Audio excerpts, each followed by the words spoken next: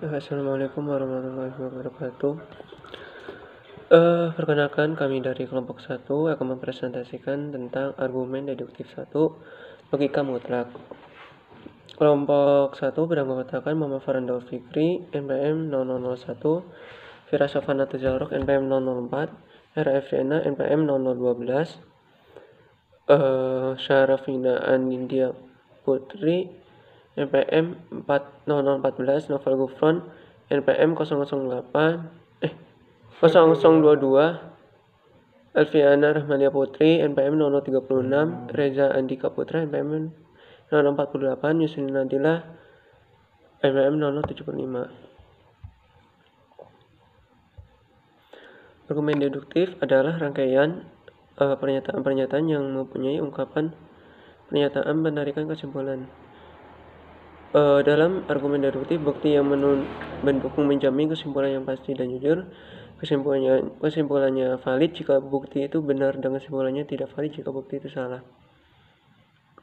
Contohnya, jika air laut surut setelah gempa di laut, maka tsunami datang. Air laut surut setelah gempa di laut, karena itu tsunami datang.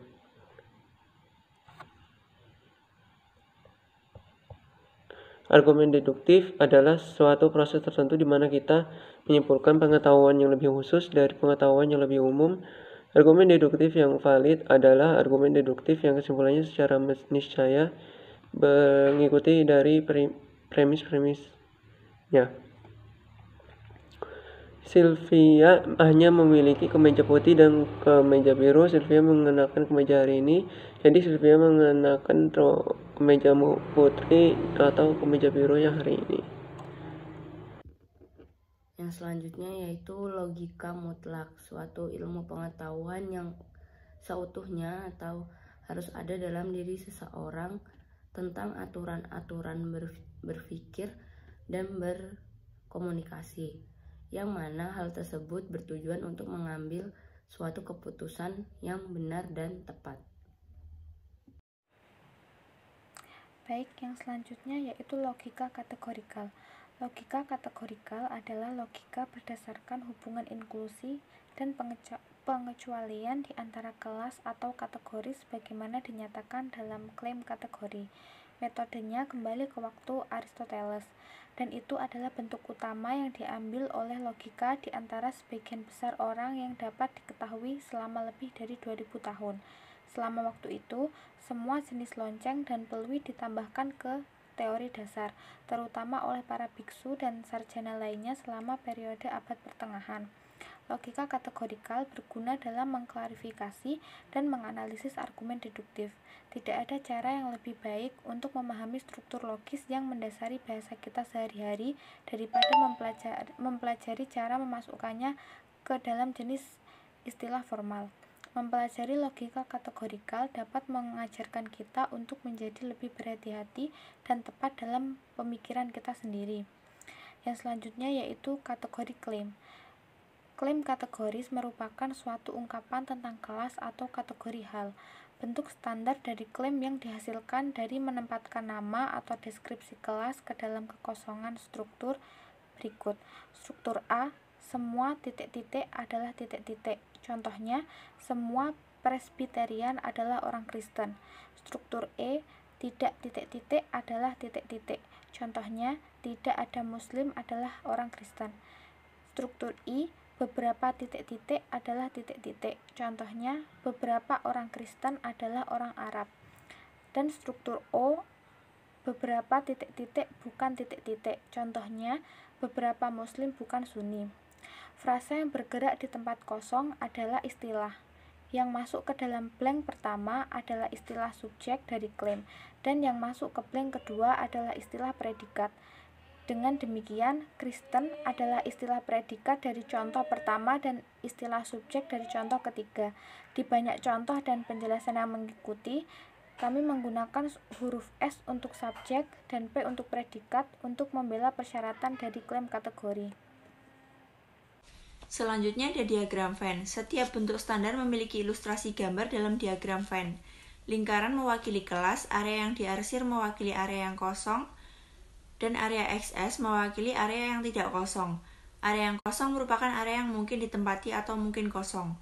Diagram 1 menunjukkan semua bagian S yang tidak diarsir adalah bagian dari P. Diagram 2 menunjukkan tidak ada S yang termasuk P karena telah diarsir atau dieliminasi. Diagram 3 menunjukkan beberapa bagian dari S merupakan bagian dari P karena bersinggungan.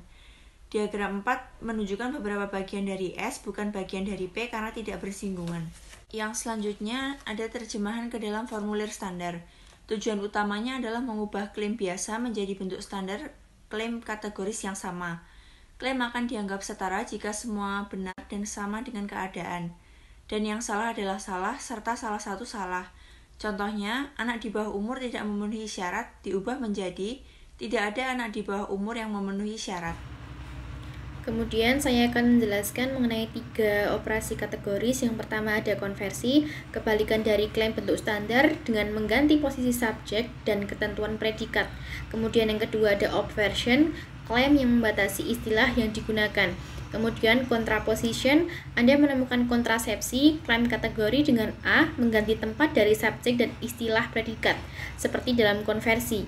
Dan B, mengganti keduanya dengan ketentuan pelengkap. Masing-masing dari berikut ini adalah kontrapositif dari anggota pasangan yang lainnya. Yang selanjutnya yaitu kategori silogisme. Silogisme adalah argumen deduktif dua premis silogisme kategori dalam bahasa Indonesia bentuk standar. Adalah silogisme yang setiap kali klaimnya merupakan kategori bentuk standar klaim dan di mana 3 istilah masing-masing terjadi tepat 2 kali dalam tempat 2 dari klaim. Sebuah contoh kalimat yaitu sebagai berikut. Semua orang Indonesia adalah konsumen. Sebagian konsumen bukan demokrat. Karena itu beberapa orang Indonesia bukan demokrat. Dapat kita perhatikan bagaimana masing-masing dari 3 istilah Indonesia, konsumen, dan demokrat terjadi tepat 2 kali dalam 2 klaim berbeda. Istilah silogisme terkadang diberi label sebagai berikut. Yang pertama yaitu istilah utama, istilah yang muncul sebagai istilah predikat silogisme kesimpulan. Yang kedua yaitu istilah minor, istilah yang muncul sebagai subjek istilah kesimpulan silogisme. Yang ketiga yaitu istilah tengah, istilah yang terjadi di kedua tempat tetapi tidak sama sekali dalam kesimpulan. Yang selanjutnya yaitu metode diagram Venn.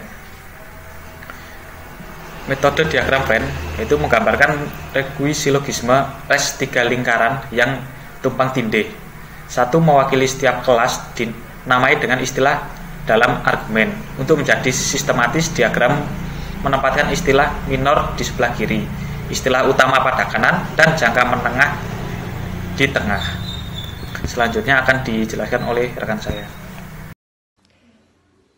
Yang selanjutnya, silogisme kategorikal dengan tempat yang tidak dinyatakan, yaitu ketika Anda mendengar atau memberikan argumen yang terlihat seperti silogisme kategoris yang hanya memiliki satu premis yang dinyatakan, biasanya premis kedua telah diasumsikan dan tidak disebutkan. Biasanya premis yang tidak dinyatakan ini tetap tidak dinyatakan karena pembicara berpikir itu terlalu jelas dan repot untuk diungkapkan. Nah, yang selanjutnya ada silogisme di kehidupan nyata. Contohnya digunakan untuk menyingkat setiap kategori yang disebutkan dalam argumen. Kemudian yang selanjutnya adalah metode aturan pengujian untuk validitas.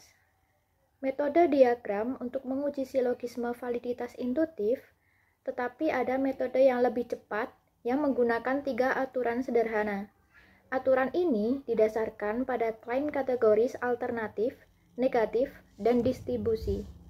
Sebuah silogisme berlaku jika bertemu dengan kondisi yang pertama yaitu jumlah klaim negatif di tempat harus sama dengan jumlah klaim negatif dalam kesimpulan.